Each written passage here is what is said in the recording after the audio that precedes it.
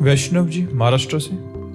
राधे राधे महाराज जी। महाराज जी, जीवन में धर्म, अर्थ, काम, मोक्ष का अर्थ और महत्व क्या है? बिल्कुल बिल्कुल बिल्कुल महत्व है। देखो, सबसे पहले है धर्म, फिर है अर्थ, फिर है काम, फिर है मोक्ष। ये हमारे चारों पुरुषार्थ हैं। हम धर्म पूर्वक अर्थ कमाए। अब ये कौन ध्यान देता है धर्म पूर्वक अर्थ कमाए? हम अपने धर्म से अर्थ कमाए, ऐसी भावना हमें लगता है बहुत कम होती जा रही है। भावना बढ़ती चली जा रही है वासना की तरफ। तो ये हमारा पुरुषार्थ नहीं। हमारा पुरुषार्थ पहला है धर्म।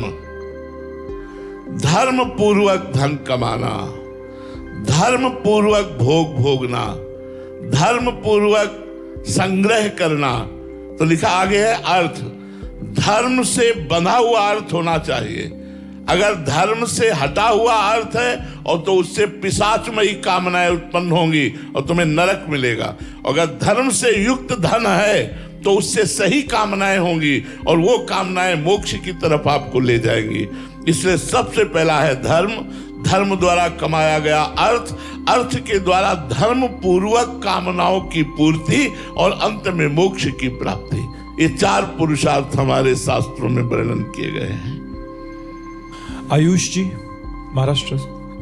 राधे राधे महाराज जी। महाराज जी, जब किसी अपने से ही विश्वासघात होता है तब मन में बदला लेने का भी भाव आता है और उसे क्षमा करने का भी। ऐसी स्थिति में सही धर्म क्या होता है? हमें तो बहुत अच्छा लगता है, कोई विश्वासघात करे तो अच्छा लगता है कि पिंड छूटा है यार। हम फंसे थे कि ये मेरा है, हम जी जान से चाहते थे कि ये मेरा है, इसने अपना असली रूप दिखा दिया। नमस्कार, न राग न द्वेष, चल तू समझ गया। कबीरा खड़ा बाजार में, सबसे पूछे खैर, ना काहू से दोस्ती ना काहू से बैर। प्यार करेगा तो फंसा लेगा, दगाबाजी करेगा तो फंसाएगा नहीं।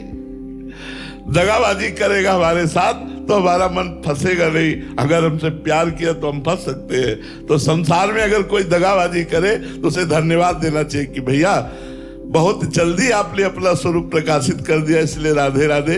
आप अपने मार्ग में जाओ, हम अपने मार्ग में जाते हैं भगवान की तरफ। और जो विश्वासघात करता है, दगाबाजी करता है, वो दुख भोगता है और आपको भगवान सुख प्रदान करेंगे।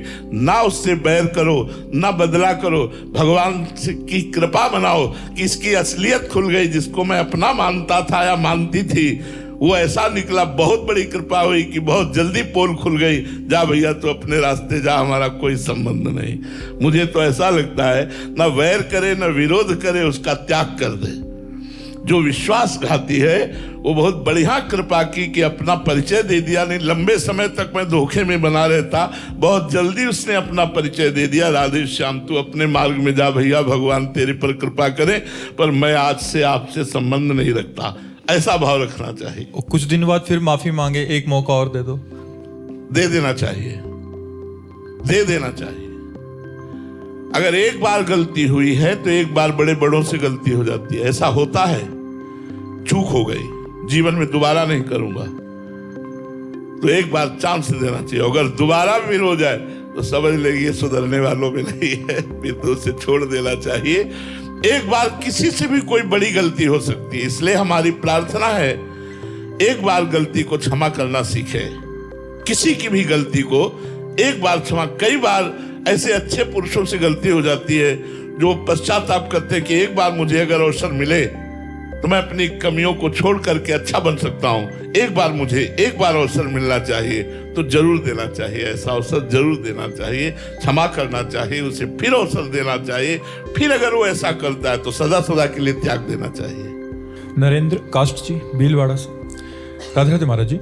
महाराज जी, शास्त्रों में एक जगह कहा गया है कि भाव कुभाव अनक आलसहूं, नाम जपत मंगल दिसि दसहूं।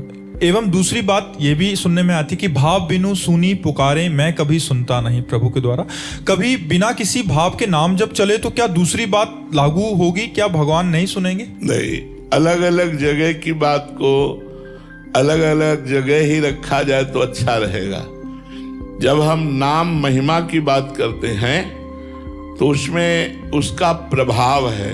जैसे अग्नि में दाहिका शक्ति है, वो जलाती है, तो हम भाव से छुएं तो जला देगी, कुभाव से छुएं तो जला देगी, धोखे से छू जाए तो जला देगी, कोई दूसरा छुआ दे तो जला देगी, क्योंकि उसमें जलाने की शक्ति दाहिका शक्ति है।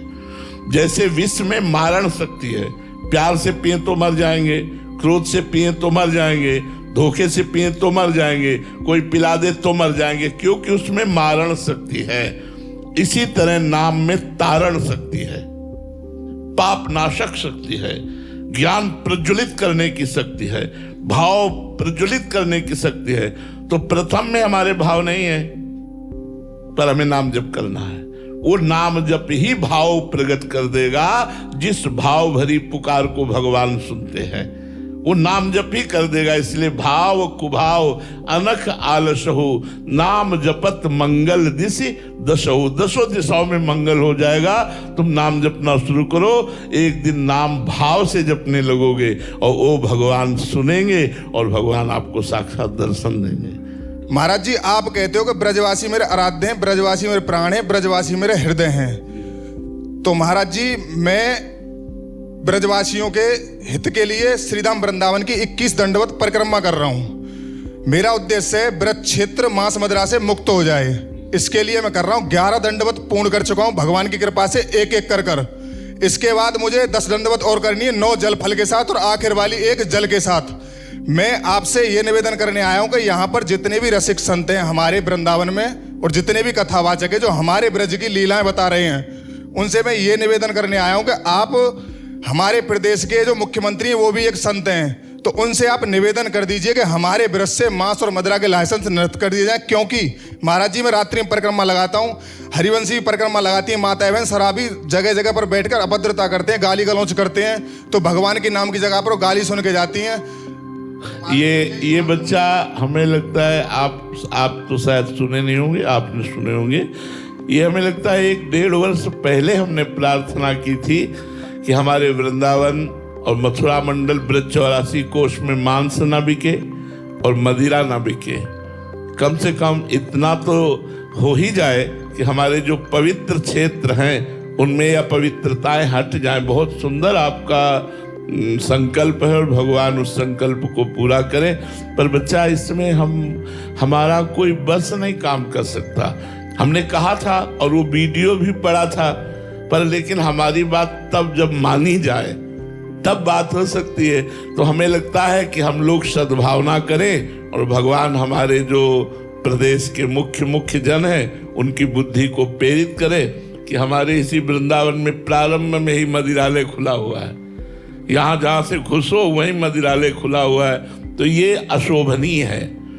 जो वृंदावन प्रिया प्रीतम की रास भूमि है, जो ब्रज 84 कोष हमारा एक एक कण बंदनी है, वहाँ मांस बिके, अंडा बिके, शराब बिके, ये तो बहुत निषिद्ध बात है। और हम आपको धन्यवाद देते हैं बच्चा, जो आप जगत मंगल के लिए ऐसी भावना रखते हैं। पर इसमें बच्चा हमारा बस नहीं है।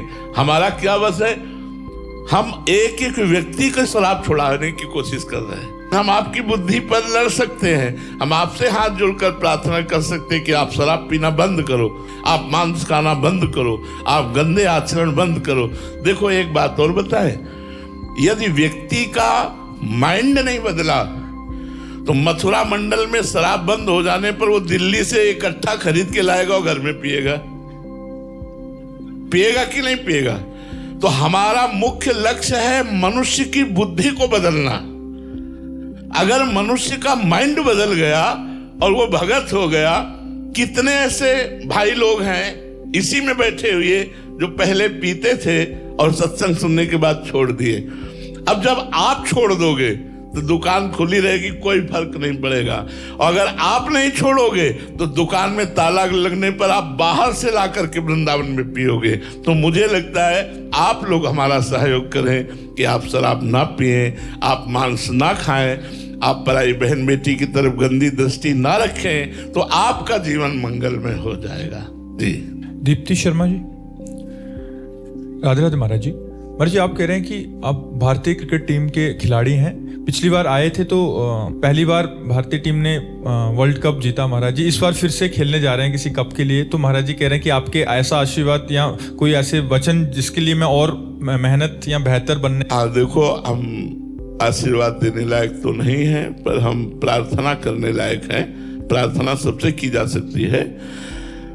हम किसी के आशीर्वाद के मोहताज न बने। हमारी बात पर ध्यान देना, अगर हमारा आशीर्वाद लेना चाहते हो। हम किसी के आशीर्वाद के मोहताज ना बने। अपने अभ्यास और संयम के द्वारा हम विजय श्री को प्राप्त करें। किसी का आशीर्वाद या श्राप हमारे मार्ग में कुछ बाधा या कुछ सहयोगी नहीं हो सकता। हमारे मार्ग में सहयोगी होगा हमारा अभ्यास, हमारी एकाग्रता, हमारा उल्लास। ये हमारा कार्य करेगा। अगर हम एकाग्र ना हो, हम अभ्यास ना करें, वैसे भगवान की कृपा से गोली दुश्मन की छाती में लग जाएगी? नहीं, आपने अभ्यास किया है। उसका अभ्यास किया तो 1 सेकंड में शूट कर देंगे। हमारे ऊपर कृपा है कि हमें मनुष्य शरीर दिया, हमें बुद्धि दी, सब आशीर्वाद हमारे साथ है। हमको अभ्यास करना है। जिस खेल में लगो, जी जान से उसका अभ्यास करो, एकाग्रता पूर्वक। विषयों का त्याग करो, गंदी बातों का त्याग करो। अब देखो, उन्नतिशील होते चले जाओगे। अगर आप थोड़ी सी विजय हुई, पार्टी मनाने लगे, भोगों को भोगने लगे, अभ्यास छूट गया, आप दूसरी बार हार जाओगे। आपका जीवन एक तपस्वी का जीवन है।